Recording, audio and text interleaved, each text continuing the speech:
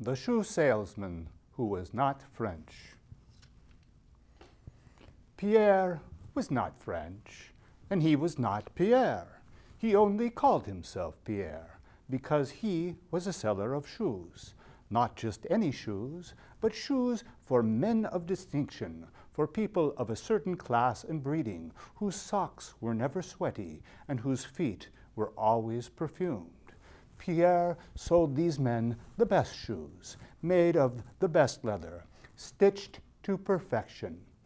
He sold them shiny shoes that smelled like the interior of a new luxury car and fit like a new set of dentures, as if they had been molded precisely to the man's feet. He sold shoes that looked good, even on men who did not look so good.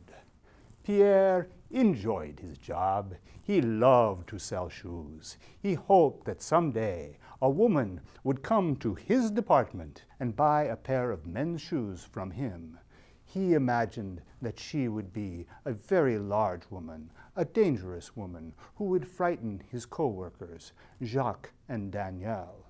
She would come to his department, the men's shoe department, because her feet were so large that she could not find women's shoes that could fit her.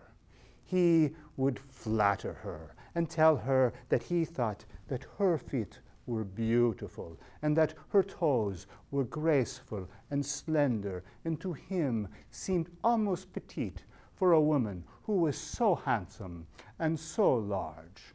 Shoes, he would say to her, are the first article of clothing that people began to wear, even before they began to wear fig leaves or underwear, even before they began to wear socks. He would tell her that shoes were the hallmark of good breeding, that they were a sign of a civilized woman, and that large shoes were a sign of a woman who is strong and intelligent and very sexy. Shoes, he said, are sports cars for our feet, houses for our toes, and shields for our souls.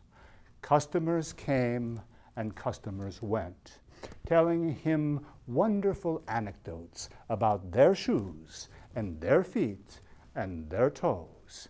They would talk of their triumphs and their silly moments of unexpected embarrassment. He waited on them and served them and relayed to them the anecdotes that other shoppers for shoes had told him. He enjoyed his job, and he worked long hours and made good money serving his customers. But the tall woman with the big feet never came to the men's department, and so he was left lonely without her. He waited and waited, selling shoes for long hours, day after day, hoping that she would come.